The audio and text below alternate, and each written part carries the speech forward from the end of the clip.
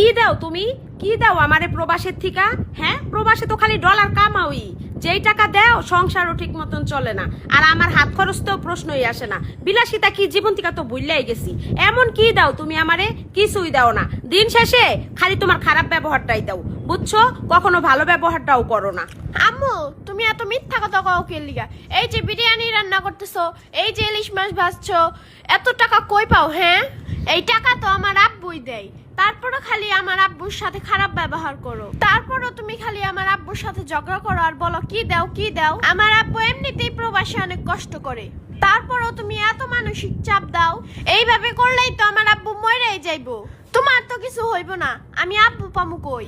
তোরে এত কথা কইতে কইছে কে? ছোট মুখে বড় বড় কথা, অনেক বড় হয়ে গেছো না? একটা থাপ্পড় মেরে তোর গালের দাঁত ফালাই দিমু। ফাজিল মে, যা ঘরে যা। শুধু থাপ্পড় দিবা কেন? মাইরাই ফেলাও, আমাকেও মাইরা ফেলাও, আব্বুরেও মাইরা ফেলাও। আমার প্রবাসী আব্বুর কষ্টটা কেউ বুঝে না। বাবা যে আমার সোনার মদিনা, বাবা যে আমার। মামনি, আমি জানি না তোমার বাবা প্রবাসী, কিন্তু তুমি যে কুলা কথা বলো সমস্ত প্রবাসের কলিজায় লাগে।